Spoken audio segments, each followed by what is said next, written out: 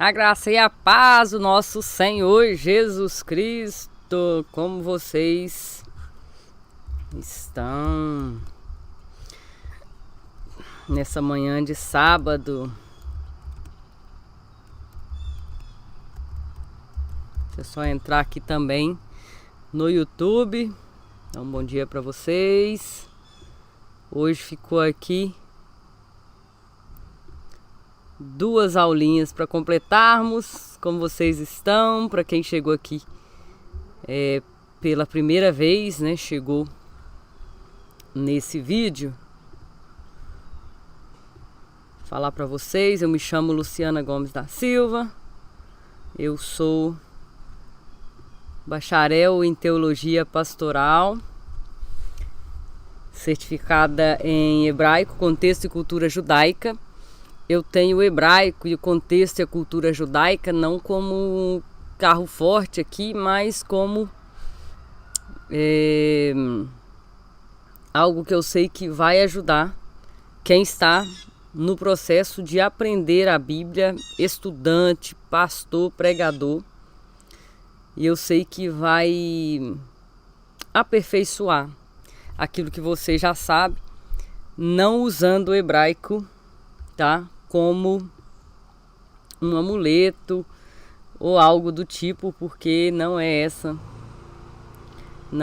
a nossa intenção aqui, tá? A gente vem trazer o hebraico, mas como uma especialização. Você precisa entender. Bom dia para vocês que estão chegando aí. Você precisa entender que a Bíblia ela precisa ser estudada, não é a base de revelação, não é a base de numerologia. Nesse caminho a gente não vai chegar em lugar nenhum, tá bom? É interessante, é super interessante. Se eu chegasse aqui para vocês, eu tenho um livro ali que chama-se Coincidências da Bíblia, tem 500 páginas por aí. E esse livro, ele fala de várias vezes que a Bíblia traz essas coincidências, e o livro traz isso como coincidência mesmo, e que a numerologia vai casar perfeitamente, né? O que nós chamamos de gemátria. Eu não utilizo essa gemátria nas minhas aulas. Por quê? Por quê, irmã Luciana? Porque é uma linha perigosa, é uma linha bastante perigosa você usar isso. Porque você vai pegar uma palavra, sei lá, escravo, oved, e vai pegar cada letrinha daquela e vai dizer Jesus Cristo morreu na cruz, né? É mais aqui, ó, você manipula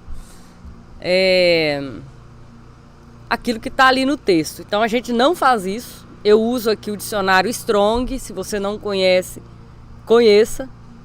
A gente usa aqui raízes hebraicas da palavra mesmo, que até hoje é assim. Exemplo, o hebraico moderno usa uma palavra para continente, a mesma palavra que é usada na Bíblia quando fala que Deus separou a terra seca.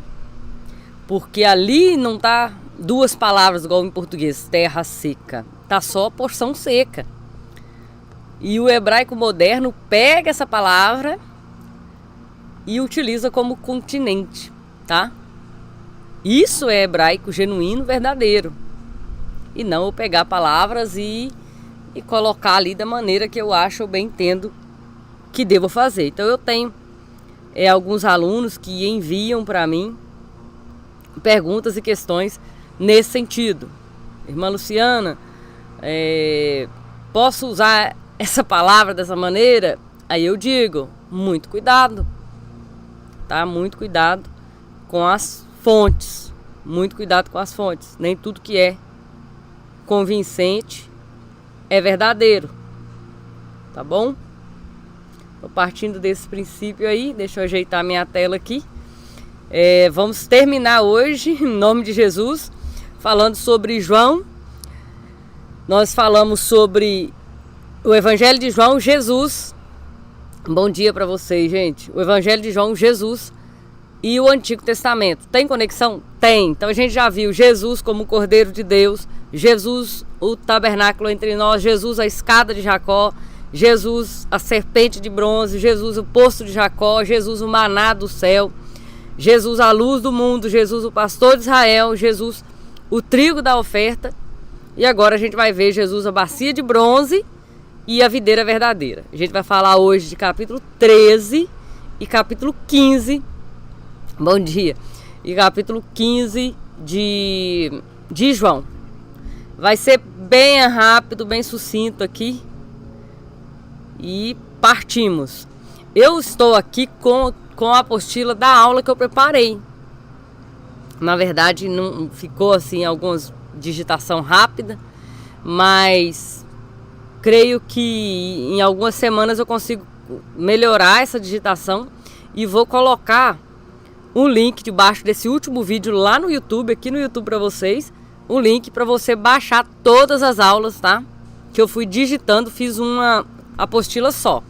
Até coloquei o título aqui, Lives Agosto.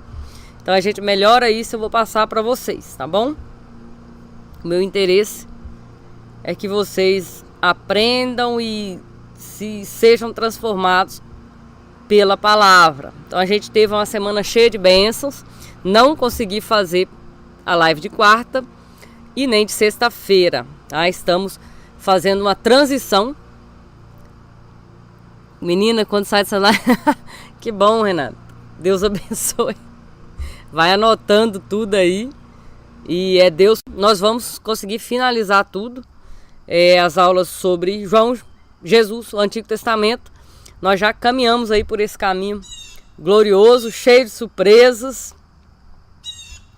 E aí a gente sempre trata uma questão recorrente aqui no nosso canal, que é: irmã Luciana, eu não consigo entender com profundidade a Bíblia. Eu não consigo alcançar esse conhecimento. Eu leio, mas não enxergo. Por que acontece isso? Tá? Então, uma das soluções que a pessoa mesmo faz aí na sua mente, aquele que acha que não entende, ele acha que porque não tem o dom da palavra. Então já foi batido tantas vezes essa tecla na igreja. Eu já ouvi isso, eu creio que vocês já ouviram também. Não tem o dom da palavra, e a pessoa vai para o louvor, e a pessoa vai para outro canto, porque não tem o dom da palavra, mas ele é apaixonado com a Bíblia. Então não caia nessa armadilha. Outra coisa é, eu não oro, eu oro pouco e eu não tenho revelação. Talvez o seu ministério não seja um ministério de intercessão, então você ora mesmo pouco, mas saiba que a gente às vezes foi ensinado errado, tá? Aprender sobre a Bíblia não tem a ver com dom, não tem a ver com oração. Aprender sobre a Bíblia tem a ver com dedicação, com estudo, com tempo de qualidade dentro dos assuntos teológicos. Dentro dos assuntos teológicos. É uma questão de dedicação. Quanto mais se pratica, mais você será bom naquilo que está praticando, tá? Uma pessoa que é nadador, ele não nasce nadador.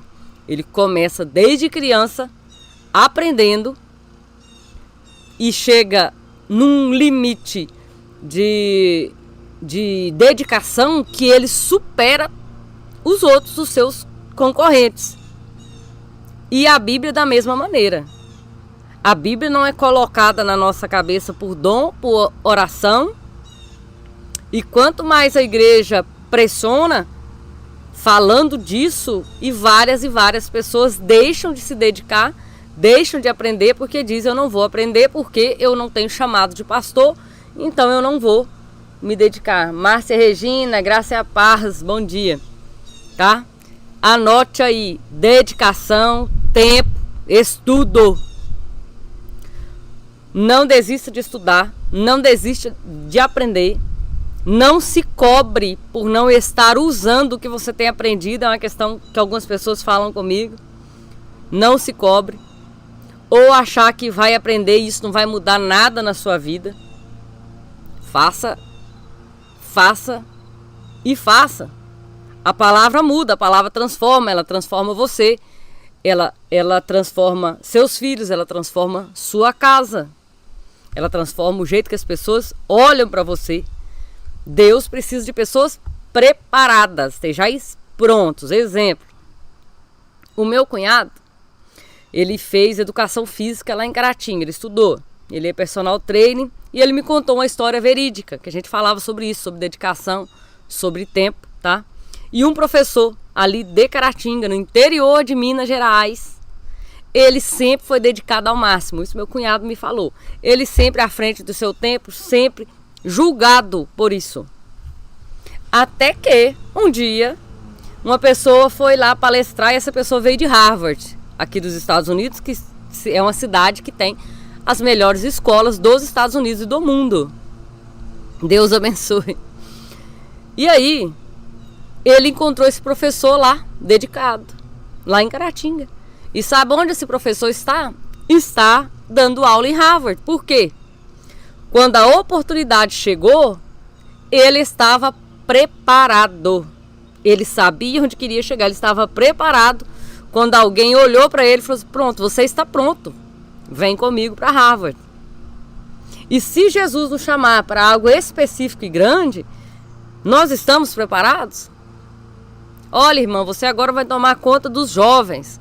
Que alimento você vai entregar para esses jovens? Irmã Maria, irmã Neuza, irmão João, você vai tomar conta das crianças, salinha das crianças. Você sabe contar a história para aquelas crianças, de fato e de verdade, para estimular a fé daquelas crianças? Estejais preparados. Deus precisa de pessoas preparadas. Tempo, dedicação e estudo. Claro, combinado com oração, claro, combinado com o temor do Senhor. Então vamos à nossa aula de hoje. Nós vamos falar hoje Jesus, a bacia de bronze, e Jesus, a videira verdadeira. Então a gente vai dividir essa aula aqui, bem pequenininha, em duas partes. A aula vai durar o tempo normal, para ficar tranquilo, que eu vou ser bem rápido aqui. Depois eu vou compartilhar aqui no YouTube, debaixo aqui desse canal, o PDF para vocês, tá bom? Então se lembre de procurar essa aula, episódio 8 e 9 no YouTube, que você vai encontrar ali na descrição essa aula. Só me dei um pouco de tempo para eu redigir direitinho. A pia de bronze em João 13. Jesus em João 13, você vai ler e vai falar assim, irmã Luciana, não tem nada aqui em João 13 dizendo que Jesus é a bacia de bronze. Em João 13, Jesus está lavando os pés dos discípulos. O que tem bacia de bronze aqui? Vamos lá. O que era a bacia de bronze? Onde essa bacia se encontrava e qual era a função desse material, desse móvel do tabernáculo? Então a bacia de bronze era um móvel que estava no tabernáculo. Ela estava no pátio. Tem o pátio santo e o santo do santo. Ela estava no pátio, do lado de fora, assim, como eu estou aqui agora. Estava ali no pátio, era o segundo móvel ali. O primeiro era o lugar de fazer os holocaustos, o segundo tinha essa bacia. O primeiro tinha fogo, segundo água. Primeiro, lugar dos holocaustos, fogo, bacia de bronze, água. A gente vai passar por isso, essa simbologia. Então essa bacia de bronze foi feita com bronze, com o espelho das mulheres. E a função dele ali era exatamente limpar. Olha bem, limpar, não lavar o corpo inteiro, mas limpar as partes que mais se usava, que eram as mãos ensanguentadas e os pés empoeirados. Podia-se ver nessa bacia ao lavar as mãos antes de entrar no santo lugar. No santo lugar, não no santíssimo. No santo lugar. No santo lugar, aquele povo entrava 2, 3 vezes ao dia para acender a paz do Senhor, Misael. Meu aluno Misael. O povo entrava ali para acender a menorá, para fazer a manutenção do incenso, para colocar ali os pães da proposição.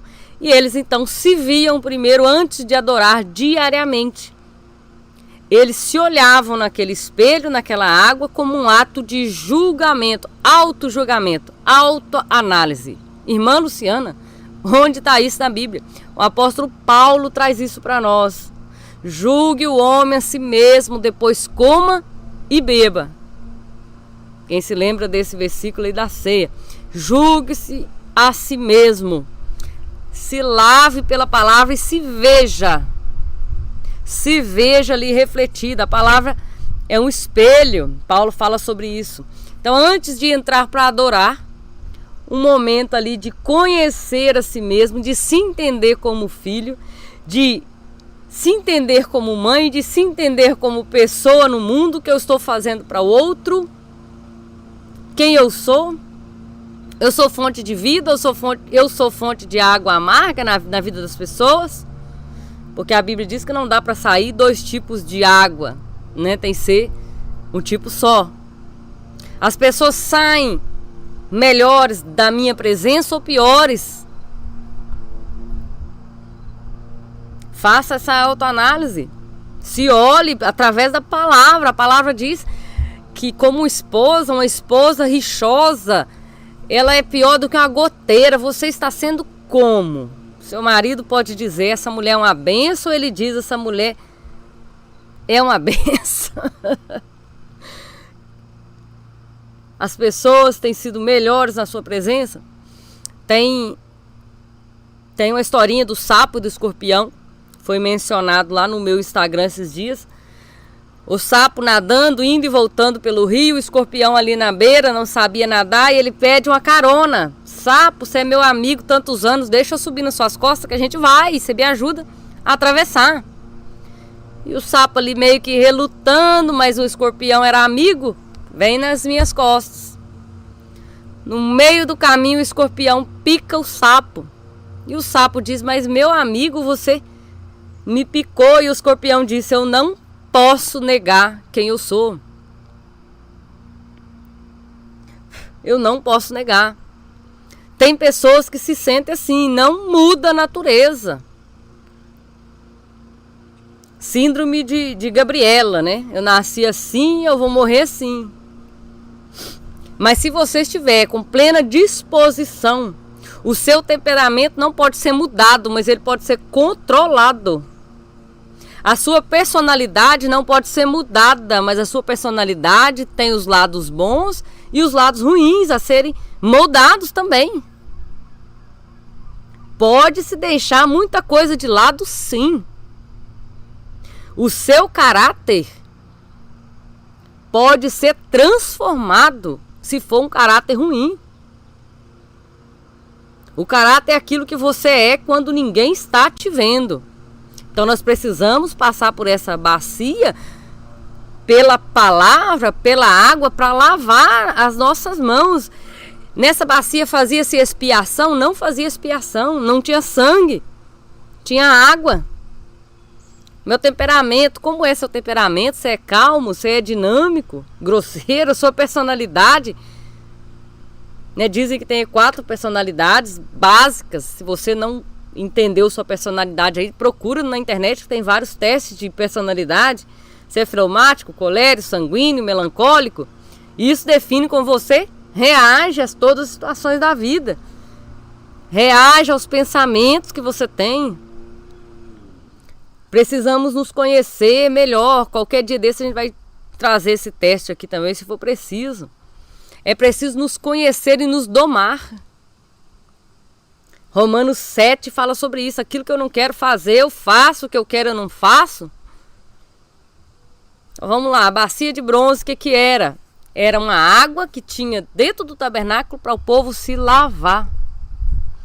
Um lugar de lavar. Onde está isso, irmã Luciana? Êxodo 30, versículo 17 ao 21. E o Senhor falou a Moisés, farás uma pia de bronze e também o seu pé de bronze para lavar. Então ele tinha bronze em cima e bronze embaixo. Ele não é só aquela bacia por cima não, ele tinha também embaixo ali para lavar os pés. E porás na tenda da congregação entre a tenda e o altar, e colocará água, E os filhos de Arão e Arão lavarão as suas mãos e os pés quando eles entrarem para adorar. Lavar-se-ão com água para que não morram quando se chegarem ao altar para ministrar. Lavarão as mãos e os pés para que não morram. Os pés e as mãos. E João 13, versículo 10 diz: aquele que está lavado não precisa, aquele que está banhado não precisa se lavar, senão os pés.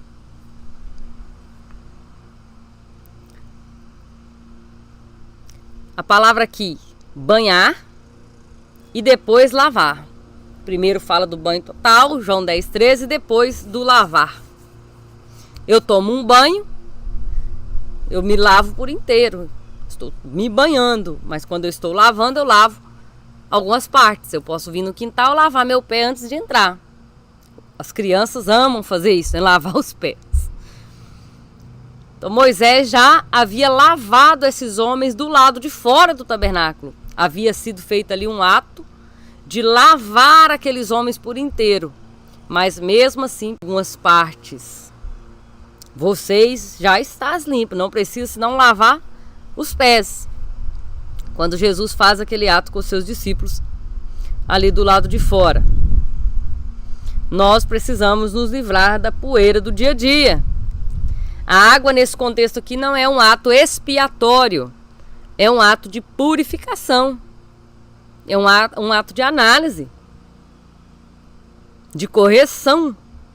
Vocês estão me acompanhando aí? Fala para mim se vocês estão entendendo. O conhecimento da palavra nos cura. O conhecimento da palavra nos impulsiona a prosseguir. Nos ensina a viver um ethos moral e digno. A fé vem pelo ouvir da palavra de Deus. E nesta bacia nós encontramos purificação, modo de viver. Quer aprender a tratar a esposa? Vai ler Cantares. Quer aprender, amém, Márcia Regina? Quer aprender a negociar, a sair bem nos negócios? Provérbios. Quer aprender a cantar, a orar bem? Salmos. A Bíblia ensina tudo. Quer aprender de Jesus? Mateus, Marcos, Lucas e João, dá toda a trajetória de Jesus. Quer aprender sobre a igreja? Cartas de Paulo, cartas de Pedro, cartas de João. Todo o tempo nós precisamos nos banhar nessa água que é a palavra de Deus. Nos limpa, Senhor, por meio da sua palavra. Que seja a nossa oração de hoje. E assim nós podemos entrar no santo, ter comunhão, adorar e finalmente ter acesso a lugares de intimidade com o Senhor.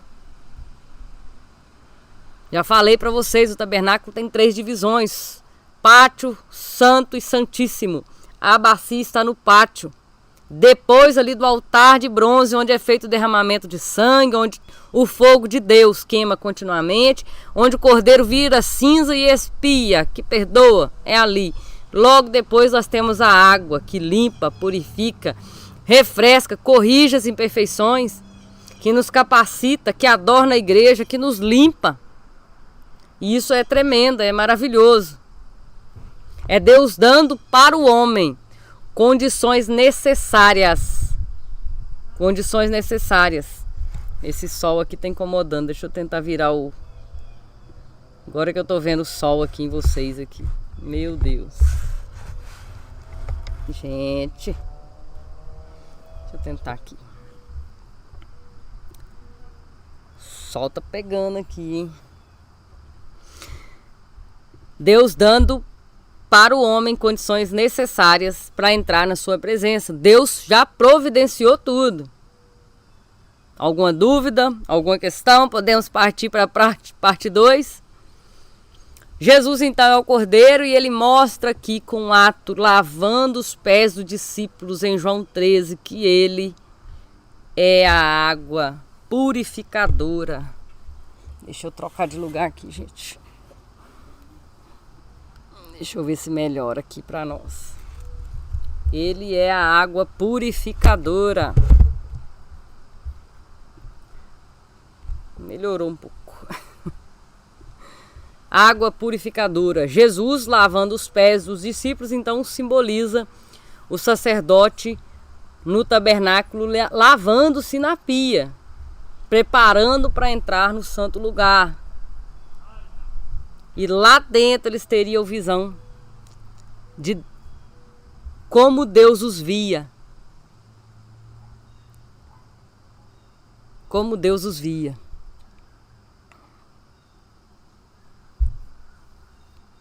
Antes de entrar. Entendidos? Podemos partir para a segunda parte. Hoje vai fazer 2 partes aqui. Não quero demorar muito. Perguntas, questões, pode deixar aí. Estudo abençoado. Amém. Então Jesus é a videira verdadeira. Mais uma vez, Jesus usando um simbolismo ali do Antigo Testamento para falar da videira e seus ramos em João 15. Segunda parte nossa aqui, que é a videira. A videira, ela é fonte, o seu tronco central. Jesus diz: eu sou a videira e vós sois os ramos. A videira, o tronco central ali, como em toda árvore, é o sustento da vida para os ramos. Então os ramos devem permanecer na videira para viver e para dar seus frutos. Eu tenho aqui no meu quintal um exemplo para vocês. Eu tenho 4 pezinhos de jiló. Quem acompanha aqui nos stories do Instagram já viu. 4 pezinhos de jiló. E tem uns esquilos aqui, aqueles esquilinhos, eles gostam de comer jiló, aprenderam a comer. Eles sobem no galinho, que é bem fininho, e quebram o galho. Então eu sei que aquele galho vai secar e não vai produzir mais nada. Tá? Porque saiu da sua fonte principal de vida. Jesus é a videira, os ramos são as pessoas, é a igreja. Embora seja óbvio que os ramos frutíferos representem os verdadeiros cristãos, a identidade daqueles infrutíferos algumas vezes entra em questão, né? Entra em choque. Os infrutíferos são os cristãos que não produzem ou são os incrédulos? Fica aí essa questão para nós, tá? Então a videira é mostrada aqui como uma alegoria. A videira é Cristo. Em João 15 nós temos aquele que cuida, o lavrador, o vinhateiro aqui, é o Pai, é Deus.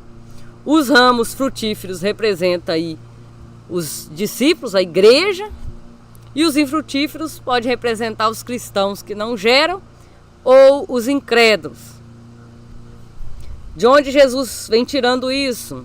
No Antigo Testamento mesmo, algumas vezes, Ezequiel, Jeremias, glória a Deus, a Bíblia vem trazendo a videira. Salmo 80, verso 15 e 16, traz a videira como Israel. Ele diz assim: e a videira que a tua destra plantou e o sarmento que fortificou para ti está queimada pelo fogo, cortada, pereceu pela repreensão da sua face. Então o salmista está meio que reclamando a correção de Deus e diz: a sua videira, a videira que o Senhor plantou, está queimada, está cortada. Então nós temos Israel, é uma visão normal, a videira como Israel, um símbolo precioso. Então a videira frutífera era símbolo de Israel obediente, era símbolo de Israel andando nos caminhos de Deus, do próprio Senhor Jeová, enquanto a videira sem fruto era uma referência da desobediência de Israel. Você pode ler isso em Jeremias capítulo 2. Tá? A planta, então, Jesus vem trazendo essa videira e ele diz o seguinte: a planta e a videira, ela precisa ser podada a fim de dar os seus frutos. Então, mais um elemento que é trazido aqui, que é a poda. E sobre isso, Jesus fala: precisa ser podado. Vou falar aqui pessoalmente agora para nós.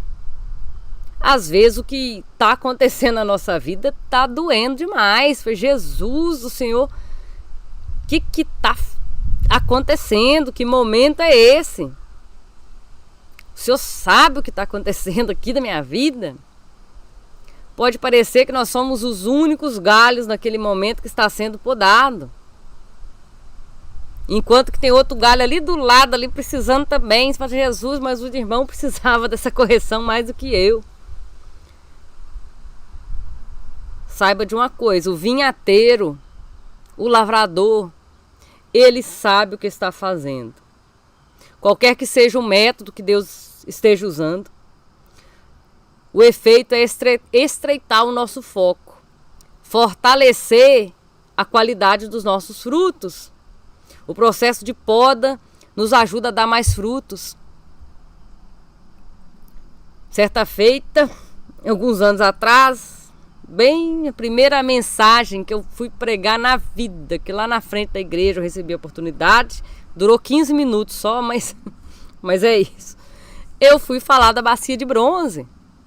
E aí eu fui lendo, pesquisando o efeito dos espelhos. Aquilo me marcou muito, de entender que Deus precisava que eu me visse primeiro. Eu precisava me entender primeiro para poder ensinar algo para alguém. E naquele momento, eu já falei aqui para vocês, naquele momento da minha vida, todos os meus amigos, todinhos, os que eu mais gosto até hoje, todos eles começaram a apontar os meus defeitos. Todos eles. Sem exceção. Luciana, o jeito que você trata o seu marido não é certo. Eu ficava envergonhada. Falei, meu Deus, mas eu tinha pedido para Deus. Eu preciso me enxergar.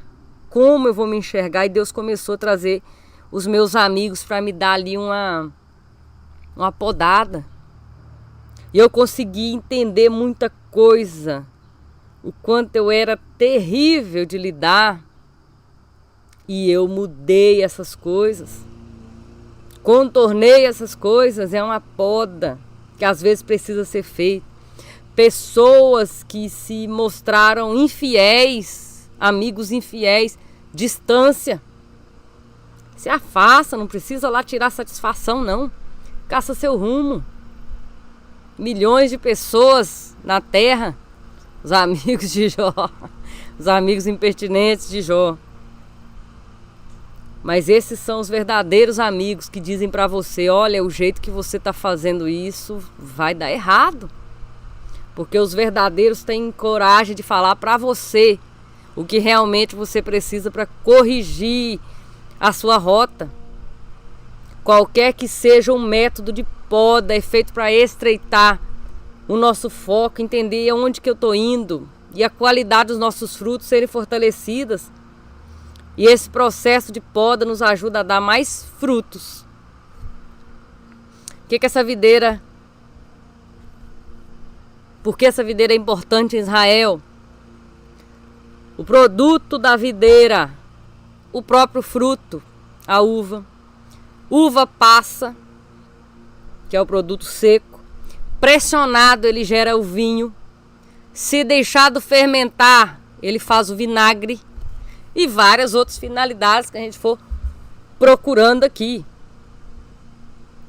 Olha quão grande a funcionalidade da igreja, né? A gente pode ver aqui mesmo, na família. Estabelecendo parâmetros na cultura, na política, no comércio. A igreja precisa estabelecer parâmetros. Eu não estou dizendo para você trazer essas coisas para dentro da religião, como a gente vê muitas vezes. Mas a religião, pilares fortes da sociedade. A sociedade precisa da religião, precisa da ciência, precisa da política e precisa da arte. A filosofia fala sobre isso.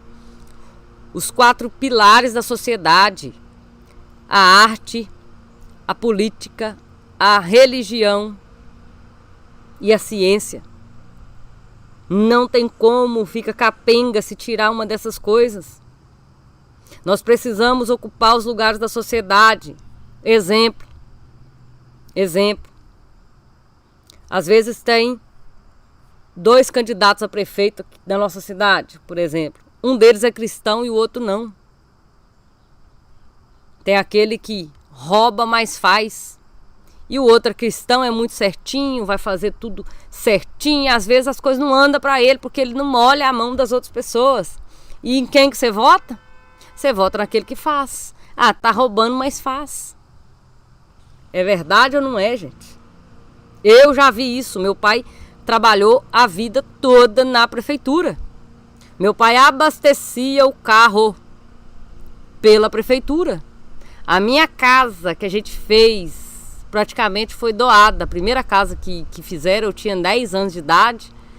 A gente saiu da roça, mesmo do interior, foi para a cidade. E quem deu todo o material e os pedreiros eram da prefeitura. Quem pagou foi o Estado. Por conchavo. Vai dizer que vocês nunca viram isso? O cristão precisa se posicionar.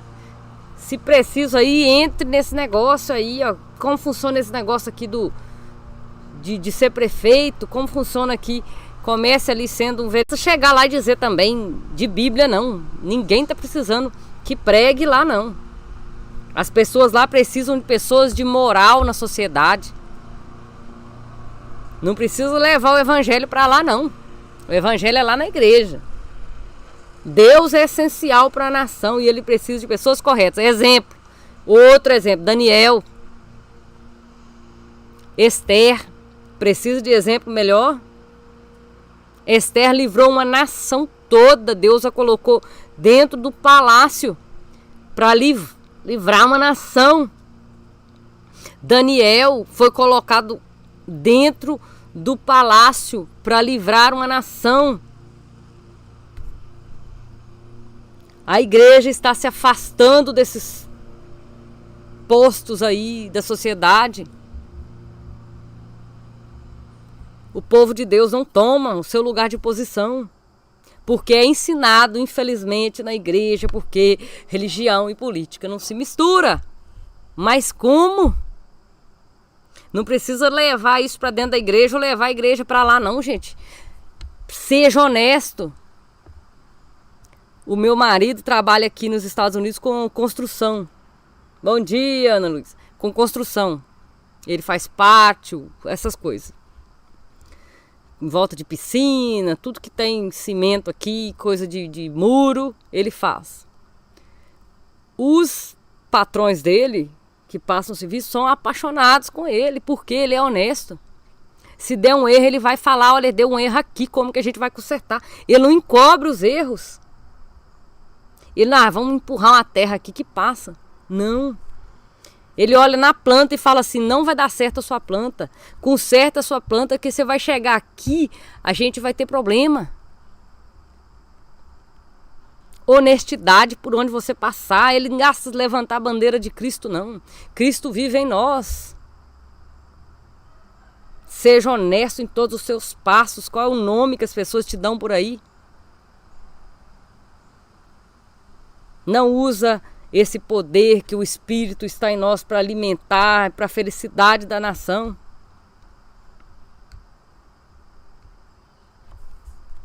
Então Jesus é a videira verdadeira. Nós precisamos estar nele, enraizados nele, para dar os nossos frutos. Se não estivermos dando os nossos frutos, vai vir a poda. Ele não vai arrancar e jogar no fogo igual os infiéis, não. Ele vai podar. Né? Quem tem pé de uva aí, eu tenho um pé de uva lá no Brasil, na minha casa lá. Eu acho que não vai dar uva nenhuma, porque pelo que eu assisti uns vídeos aqui, realmente você precisa pegar uns brotos, guia, cortar, não sei o que. Quando eu olhei aqui no YouTube, falei assim, comprei o pé de uva à toa, porque precisa de um cuidado excepcional para um pé de uva produzir. Não é só aguar, não. E assim é a igreja. Então esses foram os temas de hoje. Espero ter... E que Deus os abençoe. Durante a semana que vem agora, eu vou falar para vocês que a gente preparou uma série. Nessa primeira temporada são 15 vídeos vai sair no YouTube, no Instagram. E esses 15 vídeos, eles falam dos hebreus pelas lentes da cultura e do contexto judaico. São videozinhos de 1 minuto, 1 minutinho, mas sempre eu vou estar entrando ao vivo aqui com vocês. Eu vou avisar vocês semana que vem. E a gente vai fazer algumas coisas que às vezes vocês me pedem, que é fazer de fato a tradução, assim, quais bases. Amém, Misael, Deus abençoe. Obrigada. É muito bom entender textos assim, mas como entender textos assim sem uma base? Que base é essa? Como fazer uma base se você não sabe quais ferramentas usar, tá? Anote aí. Cuidado com o conteúdo uau, tá? Muito cuidado com o conteúdo uau. O que eu falei para você que são verdades. Cuidado com o conteúdo uau, que pega palavrinha aqui, palavrinha ali, pega uma letra e pega número. Paulo não usa isso. Pedro não usa isso. Eles usam tipologia, eles usam simbologia. João aqui, a gente viu que João usou muita simbologia. Então eu vou falar para vocês a partir de semana que vem, um compromisso meu com a igreja, onde quer que ela esteja, de ensinar como fazer. Como fazer. Porque se eu parar de fazer vídeos aqui, ou se você de repente encontrar só informações erradas aí na internet, como você se livrar disso? É lendo, é pesquisando por você mesmo. Isso é uma responsabilidade que você tem que trazer para você, tá? E a gente vai falar sobre esses pilares. Vou deixar para vocês aqui o meu PDF, tá mais ou menos aqui com quase 40 páginas. Eu vou compartilhar ele com vocês, dessas lives passadas aí. E eu não tenho problema nenhum. Essa palavra é medula para os nossos ossos. Amém. Vida. A palavra é vida. Não caia no conto de isso, daquilo, gente. É interessantíssimo. Nossa, é maravilhoso.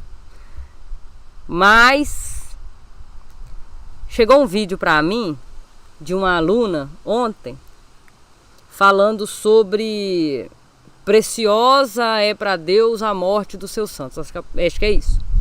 E aí ele diz: porque a palavra preciosa no hebraico é Iacar. Até aí tudo bem. É Iacar mesmo. Iacar significa isso. A significação que ele deu não é. Shalom, Carla. Não é o que está lá. Realmente o que está lá é precioso de valioso. É valioso. É valioso, é precioso para Deus a morte do seu santo.